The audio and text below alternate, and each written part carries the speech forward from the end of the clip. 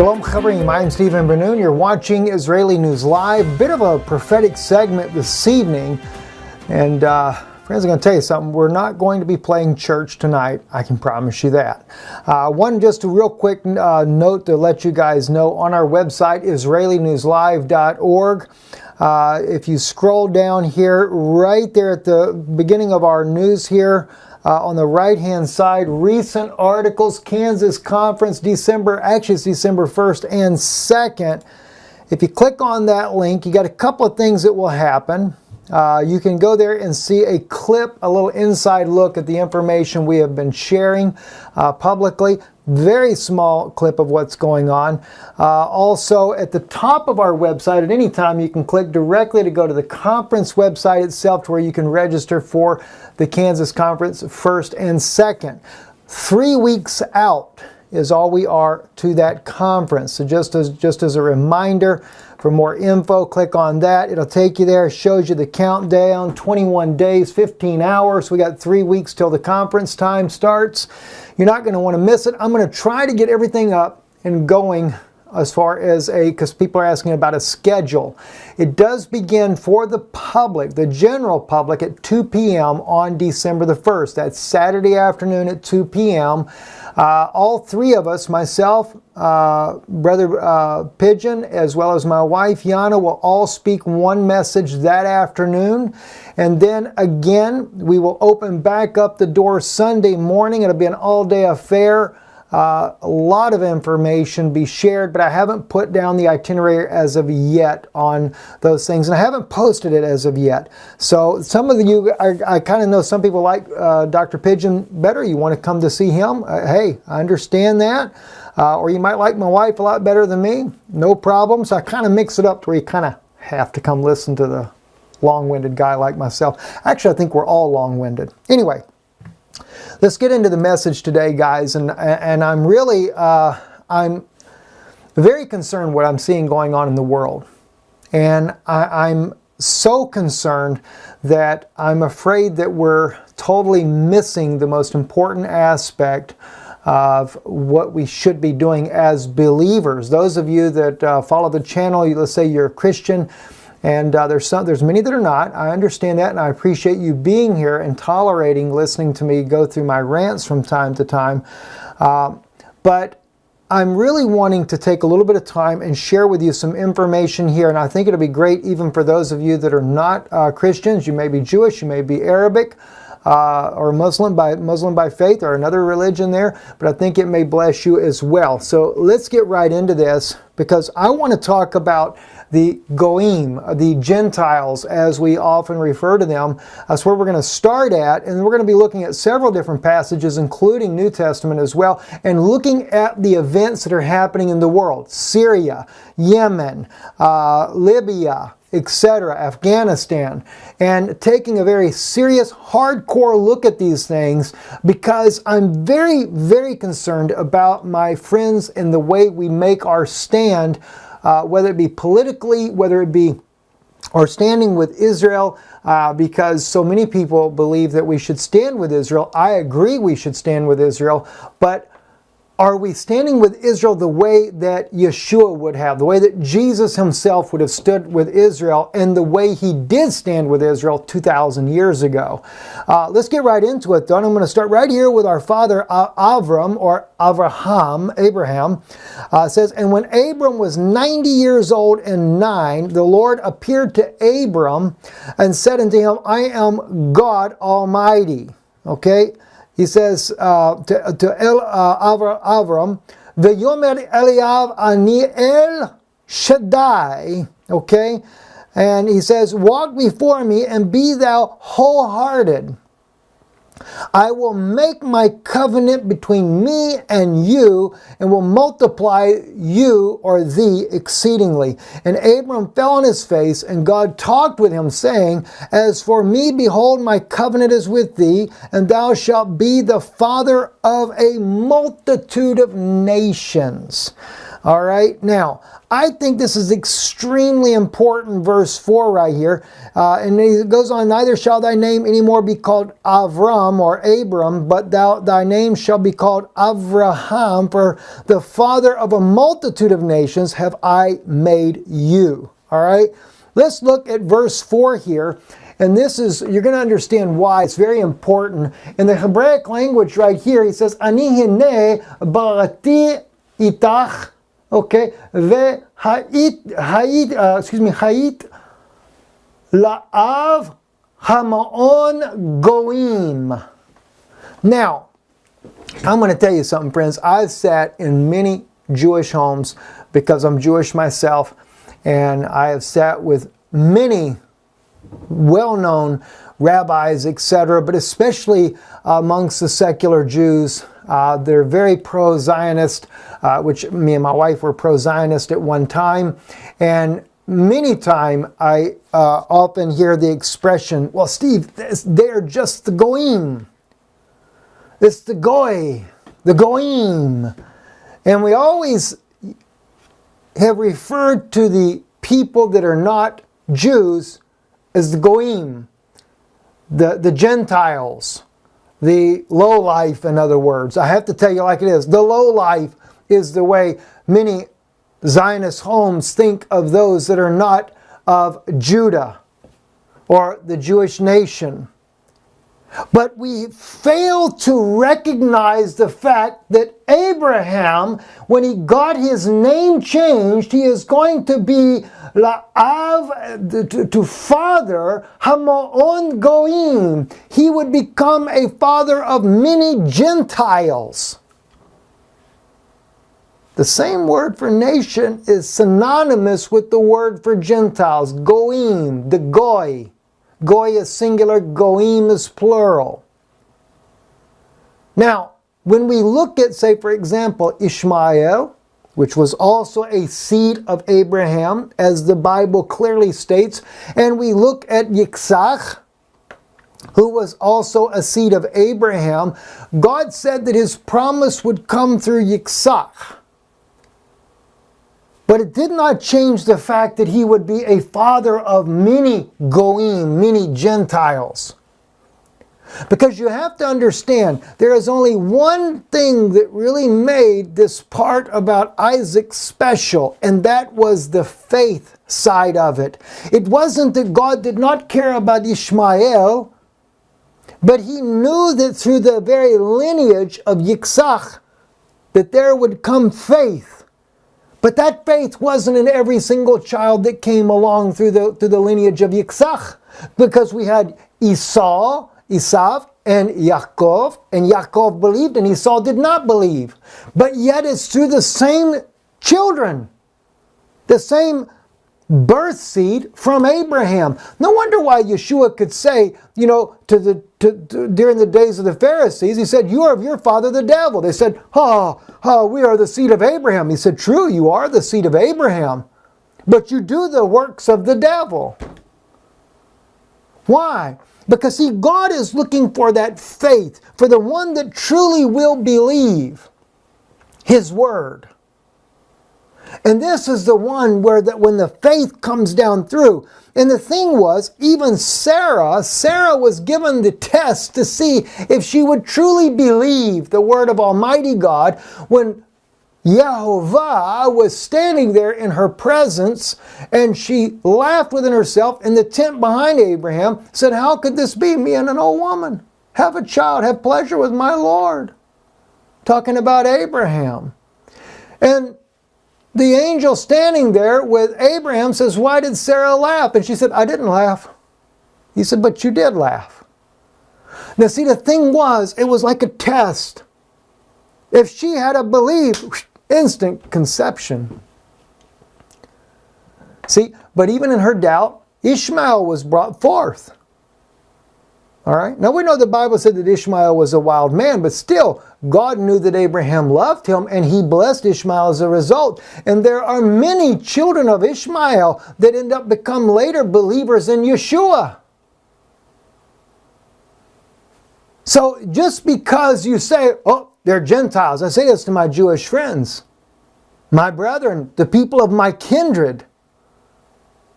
And even in the case of the Palestinians are more Jewish descent or descent of the tribes of Israel than are most of the other people in the world.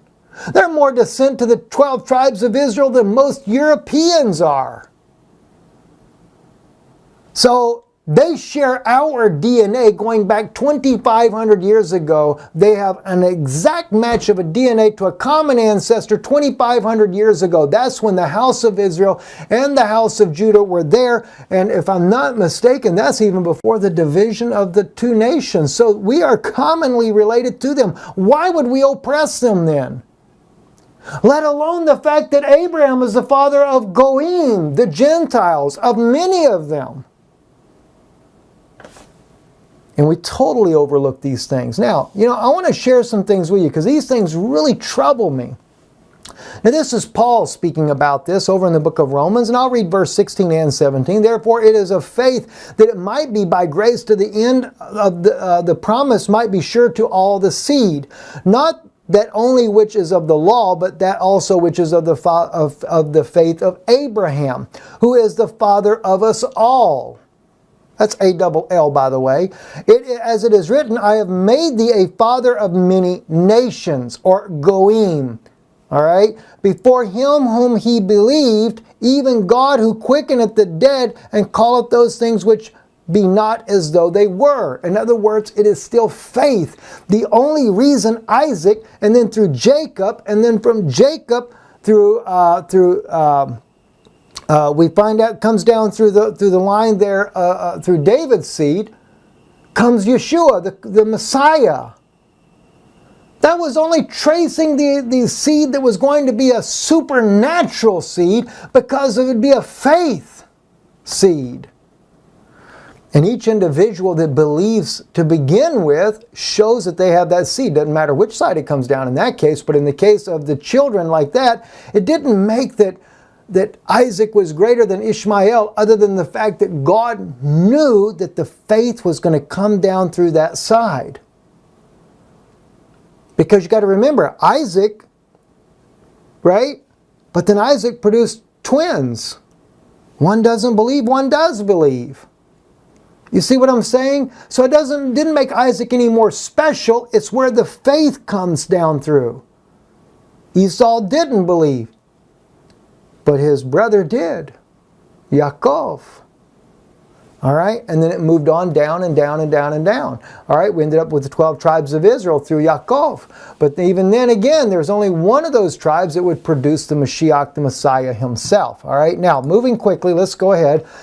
And saying, the Lord my servant, I want to show you, because this is dealing with the Goyim, the Gentiles. And Jesus saith, a man comes to Yeshua. He said, Jesus entered into Capernaum, and there came unto him a centurion, which by the way is a Roman soldier, beseeching him, saying, Lord, my servant lieth at home, sick of the palsy, grievously tormented. And Jesus saith unto him, I will come and heal him.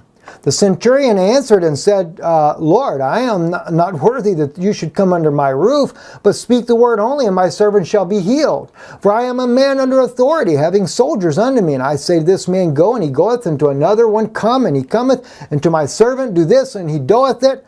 And when Jesus heard it, he marveled and said to them that followed, Verily, verily, I say unto you, I have not found so great a faith, no, not in Israel. Not even among the 12 tribes, the very tribes that had the lineage that was supposed to produce the faith that would make a Messiah. And Yeshua said he's not seen that kind of faith there, but he found it in a what? A Goy, a Gentile. No wonder why God said to Abraham, you would be a father of many Goyim. All right? So quit underestimating the Gentile, let alone the Palestinian who maybe half Gentile, half Jew. And we use the word Jew kind of recklessly. It's actually Israelites. We're Israelites. We only get the word Jew from Judah, which is actually, it was more than just Judah. It was because the house of Judah, which encompass the Benjamites, the tribe of Judah, and the Levites that were living among the house of Judah at that time. Because you got to remember, Levites also went into captivity with the house of Israel, because Levites lived in all different parts of the land of Israel at that time. Okay? Now, so we move on. This is what really gets me now. So now we kind of start looking at, we're going to start examining some of the newsworthy events in light of biblical scripture, because now I've set the foundation for you that the Goyim are also included in the birthright of Abraham, even though the faith seed would produce the Messiah. That's the only reason why we have that faith seed that comes down through the 12 tribes of Israel. And in reality, the faith seed comes right down into Yeshua, right? So, now, and that's not even a Levitical seed, right? All right then. So let's listen on now. We'll start with verse 8, and this is over in let's see, I am in, I forget which book I actually brought this out of. Yes, Exodus chapter 23, starting with verse 8. And thou shalt take no gift, for a gift blindeth them that have sight, and perverteth the words of the righteous. Boy, does this not a common practice in political circles today. Let me back up on that. Thou shalt not wrest the judgment of thy poor in his cause. Keep thee far from a false matter, and the innocent and the righteous slay thou not. Okay, don't kill the innocent and righteous, for I will not justify the wicked. And thou shalt take no gift, for a gift blindeth them that have sight, and perverteth the words of the righteous. I think Prime Minister Netanyahu would do good to remember the passage here in the book of Exodus. Right? Think about it. And a stranger thou shalt not oppress. For ye know the heart of a stranger, seeing you were strangers in the land of Egypt. Now this one troubles me the most. Not only was our people strangers during the time of Egypt, and we should have known, and this is a long way, this is hundreds of years, or not hundreds, but I take that back, no, that's right, Moses is actually speaking this. So it hadn't been too long of a period of time. They came they're on their wilderness journey. Maybe they're out there 20, 30 years. Who knows the exact time? But Moses is telling them, don't oppress the stranger, because you were strangers as well, and you were oppressed. Now I'm going to bring it a little bit more home to the Jewish people today, living in the land of Israel. Our fathers, like my fathers, your fathers as Jews, living in Europe, many of them, as we were, and we are truly strangers in a strange land, as we were dispersed from our homeland 2,000 years ago, and we were living in other lands as well. And not only under the hand of Hitler, but under, you had Stalin, you had Mussolini, we had the pogroms, we've had many times that our people have been oppressed, the Inquisition. It's one reason why a lot of Jews have a lot of bitterness towards the Christian people, is because of the Inquisition. But nonetheless, we should know what it's like to feel oppressed. Right? Our forefathers, there's still those living today that can tell us the stories of what they went through and the bitterness of the bondage during the war, the Second World War, and as they were being held as prisoners in Auschwitz and Dachau and many other concentration camps. I've been to many of them. And I know there's debates among the number that were killed, all right? And I have no problem with the debate, because I've read where they say there were only 6 million Jews in all of Europe, all right? I'm not here to debate the numbers. I know the Talmud talks about 6 million would die, and so therefore they're trying to justify the Talmud as some kind of prophetic book when it's not. Plain and simple, it's not. All right? But there were still hundreds of thousands and thousands and thousands of Jews that were killed in these concentration camps. And not just Jews either. There were others that were being sought out. We know from Hungary, though, there was 800,000 from the country of Hungary alone that were killed. I know this from the very testimony of the Jews themselves, and when they're actually condemning the very first leaders of Israel for turning their backs and allowing them to all go to their deaths. All right, different subject altogether. But nonetheless, as God told to Moses, we are not to oppress the stranger. Now, a stranger is not a goyim. A stranger is a ger. Veger lo. See, and a stranger shalt thou not oppress, for you know the heart of a stranger. In other words, you're supposed to be able to feel for him.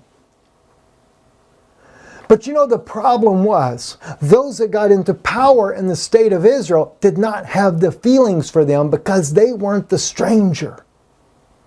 They were allowing our own people to suffer and die in the Holocaust and turned a deaf ear, as it's stated in the very books like the Holocaust, right here. The Holocaust Victims Accused, or I got another one somewhere, I think it's in my room, Ben Chait's Perfidy, and many others that are out there.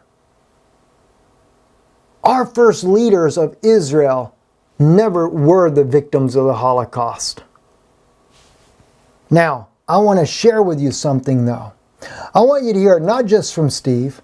This here is Eran Efrati. He was on RT News. Eran has spoken out many times. His father, if I understand it right, is the chief of police in Israel, I think in Jerusalem, chief of police in Jerusalem, or former chief of police.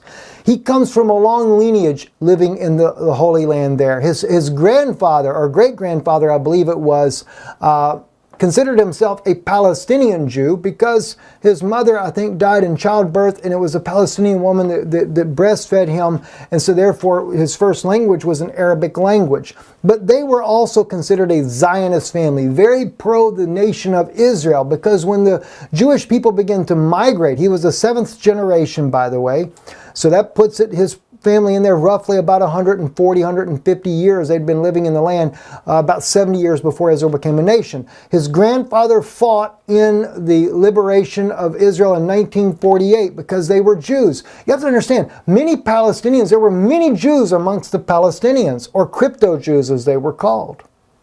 I want you to hear though what Eran Efrati has to say here, because he too was in the military. Much of his family were officers in the military. And I want you to be able to hear. Let me make sure the volumes are all up here because I just realized they're probably not. And the thing is I want you to be able to hear what changed this man. And because on, I think his father's side, they had been living in Israel for about 140, 150 years. His mother's side of the family, though, were Holocaust survivors. His grandmother, from his mother's side, survived Auschwitz, the only member of her family that survived Auschwitz. So I want you to be able to hear what Eran Efrati has to say and what caused him to change. About 2 minutes of this clip here. Let's listen in. Yes. So you grew up with relatives who were Holocaust survivors. Of course, there's that amazing speech of you online talking about your story. I wanted you to go over that moment that you realized how the plight of your own family related to those of Palestinians. Well, I grew up in Jerusalem in a house full of officers. I was supposed to be the next officer in line. I'm coming from a very good family in Jerusalem. My grandpa was a war hero from 48, and before 48 he also fought against the British colonial in Israel in the Irgun. My grandma from my other side is an Auschwitz survivor. All of our family were killed in Auschwitz. She's the only survivor of those family. When I was growing up with her, I remember waking up in the middle of the night, hearing her screamings, dreaming about the Holocaust, dreaming about Auschwitz. And as I grew up, I understood from everybody, from my parents, my teachers, my friends, that the only way that I can stop a second Holocaust from happening to my grandma or to my friends or family is to join the army to the best unit I can and stop the second Holocaust from happening. But when I'm joining the army and going through boot camp, I'm getting ready for a war. But ending boot camp, I don't find myself in one. I find myself in the occupied territories, policing people in Hebron, El Halil, a city in the middle of Palestine counting 180,000 Palestinians, and in the middle of it a settlement of 800 Jewish settlers. And I'm there supposedly to protect them. But actually, I'm there to put terror on people in Palestine. I'm there to police every minute of their life. I'm there to take their life and control it, to go into their houses in the middle of the night, to arrest them, children, adults, women, young men, take their life sometimes responding to protest, to any resistance to us with a very, very hard violence, with rubber bullets, was of course not rubber, but real bullets, just covered with a little bit of rubbers, or tear gas canister, or sometimes live ammunition that will take the life of one of the kids in Hebron at the time that I'm there. I'm later, after his life was taken, as ordered to make sure that nobody from his family getting out of the home to the funeral, make sure that everybody is under curfew because the Israeli army is afraid of revenge of the family and the relative. So I'm there making sure that the family does not leave the house. And as the father come out to understand what's going on, we arrest them. And when the mother of the child that our unit killed just a night before that, coming out and start screaming at us in Arabic, in words that I didn't understand at the time, I could understand every word she was saying, because her screaming was exactly like the screaming of my grandma when I was growing up and she was dreaming on Auschwitz. I understood that this time I'm not the victim anymore. This time I am the colonial force in the territory. This time, if I want to continue the legacy of my grandpa against the colonial forces, I don't need to be in the IDF. I need to fight against the IDF and against Israel in the occupied territory. Aaron, thank you so much for... That's a very powerful statement for Iran Efrati to make there. And my issue is not to fight against the IDF, but my issue is to educate the Israeli people, the Christian people, the people around the world that support Israel, to get our people to wake up to what the truth really is. It's not a matter of about fighting against the IDF, but it's to get our people to recognize humanity itself. And you know, I am a suicide bomb survivor myself from 2004 on September 22nd.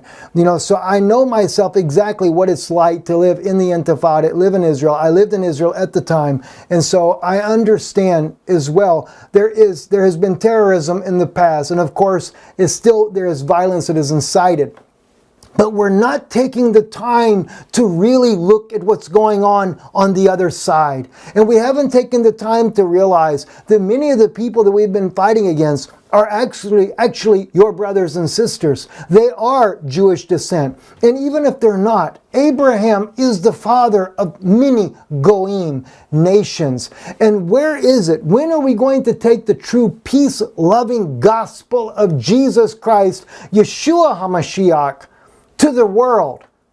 You know, this is what brings about the millennium, is when we take the gospel.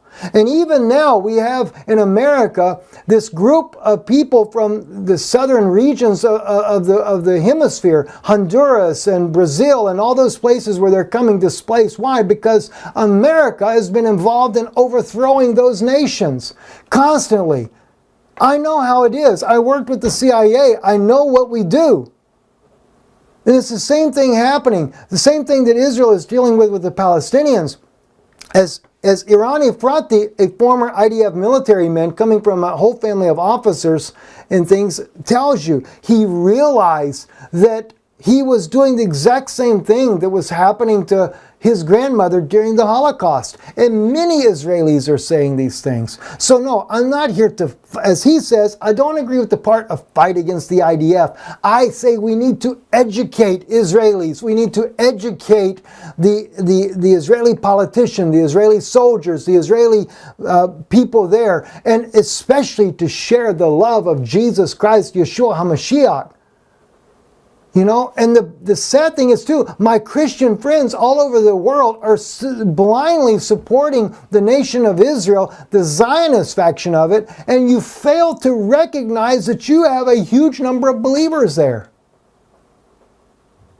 I had a friend tell me one time that is Israeli, and he says to me, you know, I'm telling him that we have to recognize and stand, you know, I mean, as Christians, we have to say that we stand for the Jewish believers. That Israeli, certain groups, the Yad Lachem, I forget which one, I think it's the Yad Lachem, there's an organization there that is trying to oust all the Jews that believe in Yeshua as Messiah. Oh, you evangelicals can come, you just spend your money and you go home, it's no big deal. But when it comes to those that are Israelis that are believing, they want to take away their citizenship.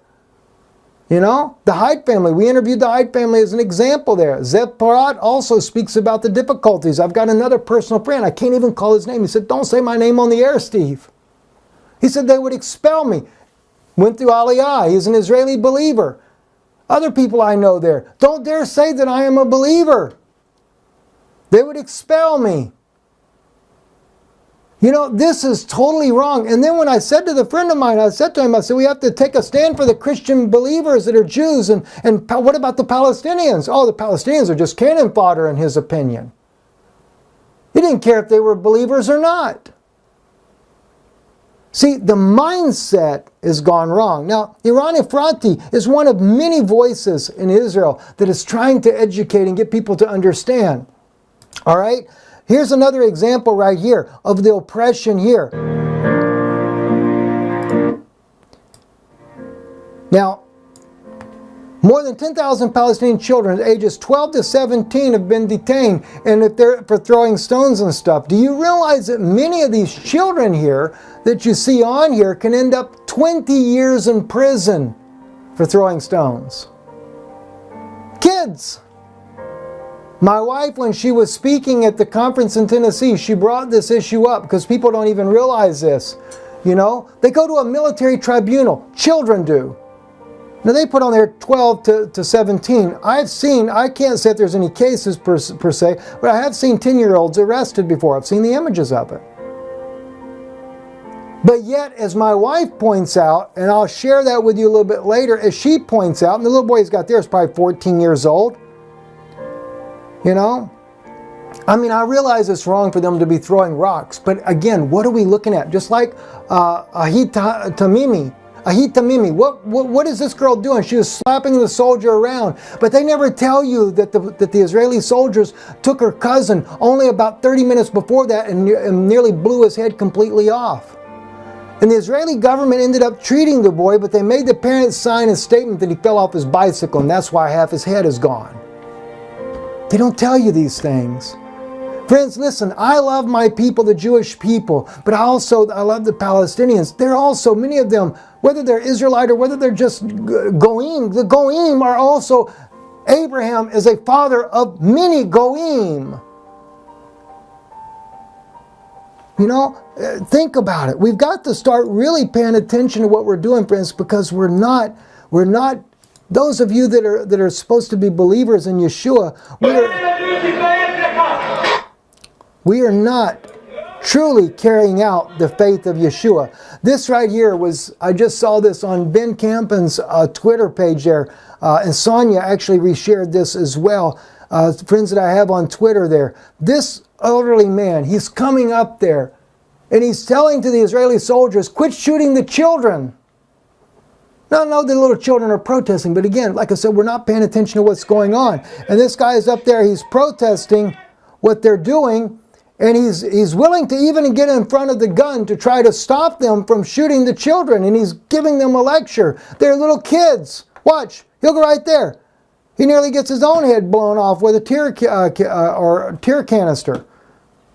Then they smack him around. You know, what did God say? What did God tell him? What did Moses say to us that God said? Don't oppress them. Don't oppress the stranger. If you don't believe that they're of your kindred, then don't oppress them because they're strangers. Why? Because we were oppressed. And we don't take these things into consideration. And this is what's bothering me more and more. By the way, this guy right here, let me show you. Right? He keeps trying to get them to stop. He keeps getting in the way to get them to stop shooting at these kids because there's kids there in the background. Finally, a sniper takes him out, shoots him and kills him. All right, I'm going to fast forward just a little bit here so you can see it. But you'll see all of a sudden he'll fall over. It's just sad. You know?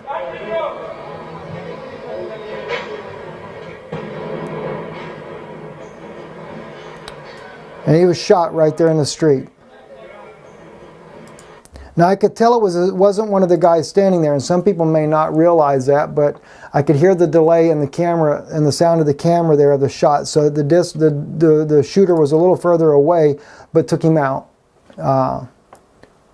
for the protests there. But you know, I want to share something with you here. Look at this right here.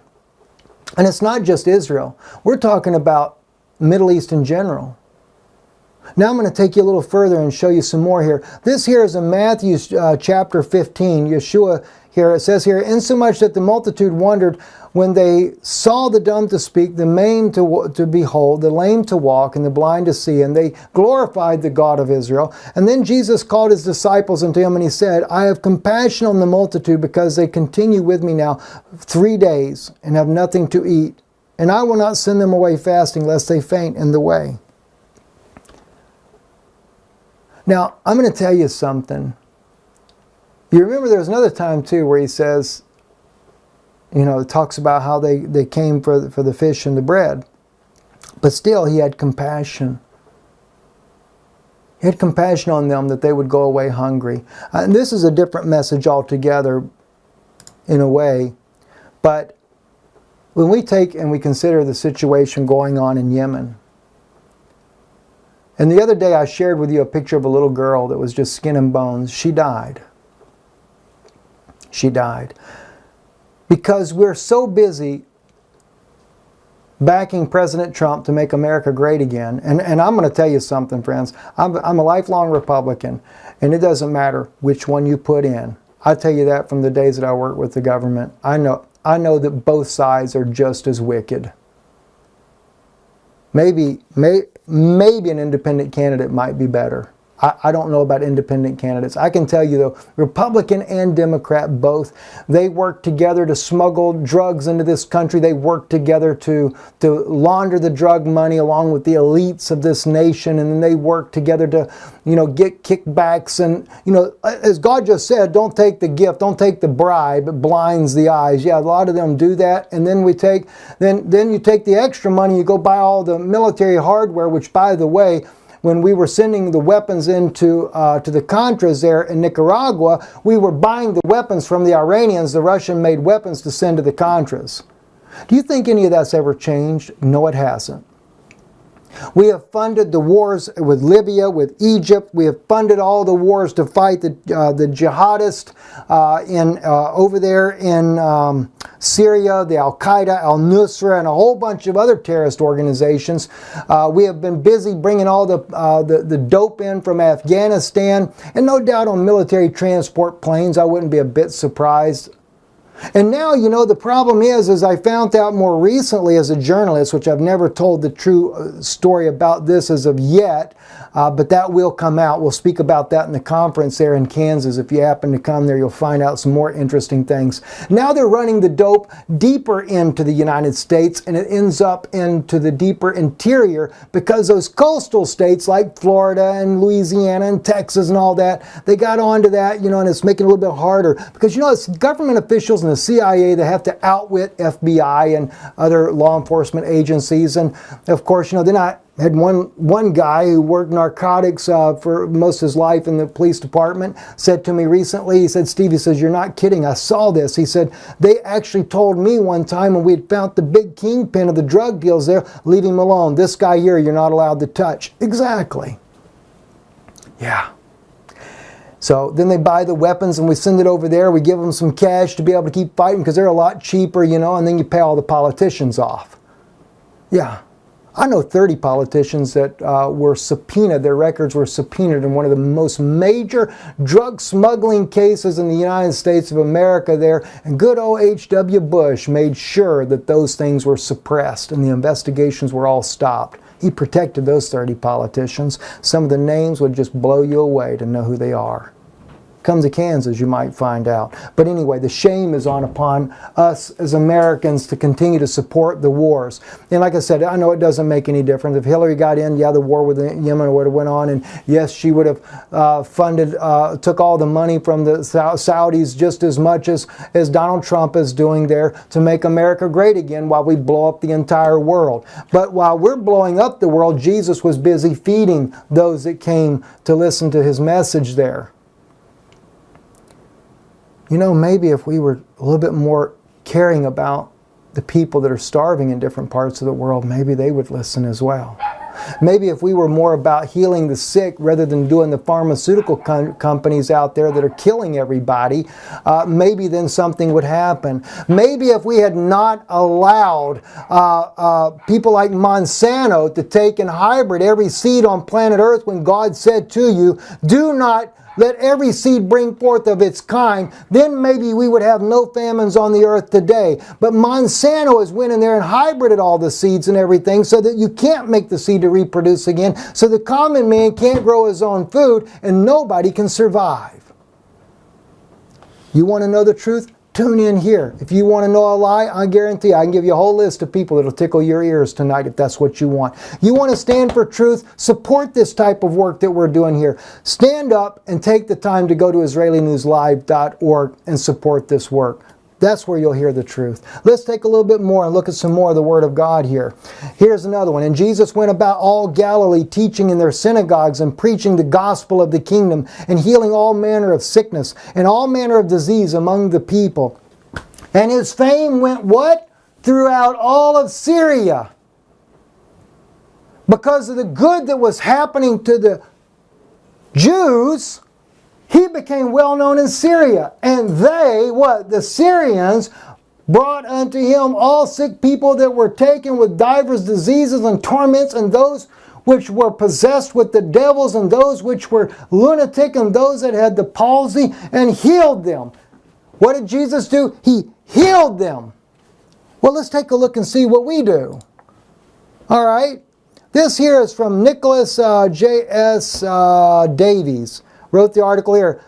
This is just one of the sections in the article. I think the actual name of it is How Many Millions Have Been Killed in America's Post 9/11 Wars. And this was only part 3. And then we're just going to look at Syria. Estimating violent deaths in Syria. Every public estimate of numbers of people killed in Syria that I have found comes directly or indirectly from the Syrian Observatory for Human Rights, the SOHR, which is a joke. And Rami Arullah Haman, Coventry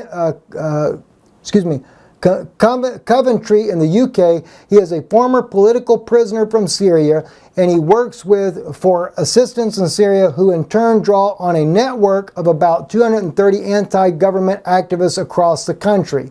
So none of them are going to give you the true story, is basically what he wants to tell you in this story. When it comes right down to it, he gives you some of the totals here, and ends up being in the neighborhood of 353,935 according to their reports there. When he got done doing his own tallies and figures, Mr. Davies estimates that 1.5 million people were killed in Syria alone. And just to give you a little picture here to get an idea, this is the way we leave Syria. And you might say, well, Russia did that. On all the reports that I found, yes, Russia drops a lot of bombs too, and believe me, Russia ain't no better, but Russia's trying to save the day for Bashar al-Assad, because he needs him into power so that he can get the pipeline for himself. Russia has its own national interests. Putin never jokes around about it. He tells you it's his own national interests. With the United States and their allies, Britain, Germany, France, Israel, they have their national interests. And they want the pipeline to come through to be ported there in Haifa, where China is helping to build the port bigger. And by the way, China doesn't care about the Israelis getting employed. They put the Chinese in there to get employed. Yeah, see what I mean? What a mess. But when the United States does their bombing, according to Mr. Davies, we wipe out entire cities with hardly no survivors. Russia trying to bomb the insurgents, and the insurgents are using the Syrian population as human shields, so Russia kills a lot of the Syrians as well. 1.5 million people, and I forget how many are displaced. Millions are displaced. That's just Syria alone. All right? So what makes no sense to me is this here. What makes no sense is Yeshua, what did he do? He healed all the sick people from Syria when they came. He didn't bomb them. He healed them. You know what, friends? It's getting time. I want to play. This is that. I want to play just a little clip. Well, actually, you can watch this for yourself. I'll save it for later. Jewish Believer tells it like it is. This is my wife, and when she's speaking there in Tennessee, I put a 10-minute clip up here for you. Some of those that watched it on our channel. I only did a 4-minute clip, and so it's a little bit misunderstanding in there. But just listen to the first, we'll listen 30 seconds. 10, 11, they go to military tribunal for throwing rocks. And they're put in jail, held, they're tried and sentenced for 20 years in prison. But this Yad La, tell me the name again, Yad Lahem, yes, party, the group that Bibi Netanyahu pays money to, they will go and throw rocks on our believers. They throw rocks at their houses, they break their windows, they throw rocks at their children, they terrorize their children. There was a recent incident, and they're never thrown in any prison. Isn't that interesting? And in other words, the hypocrisy in the laws. You should take a look at that. It's right there. It's here on Israeli News Live. I posted 10 minutes of this video, a little clip of her speaking in Tennessee. Many things she'll speak at in Kansas, including transhumanism, 5G technology. Dr. Steve Pigeon will be speaking there as well on a number of hidden things within the U.S. government that have gone on that he's been aware of, even lawsuit cases he's filed against the government. That is very interesting. A lot of information that we're going to be sharing there with you. Listen, in the coming days, and again, if you want to come to the conference, just go to IsraeliNewsLive.org. When you get there, the very top of our website there, you can see right there, upcoming conference, more information. Click on that. It'll take you to the website to be able to register for it. We do have, though, right there, an article on there. It's called the Kansas Conference. A little clip, different clips from the Tennessee Conference, give you a little taste of some of the things that we're saying, nowhere near as what we're saying, but a little taste that I think you'll appreciate. But here this weekend, guys, I just pray for me, because I think it's time to go back. I think it's really seriously time. I need to start really bringing down hard. We've got to, as I said, we've got to educate. We need to wake up our brothers and sisters in Israel. This is the only way this types of crimes will ever stop against the Palestinians. It's the only way that American Christians that also need to wake up and recognize that we have to support Israel with wisdom and knowledge. But I think it's time to start laying out. God has given me so much understanding over the years of who the Mashiach is. And I started on this book called What Rabbis Have Missed.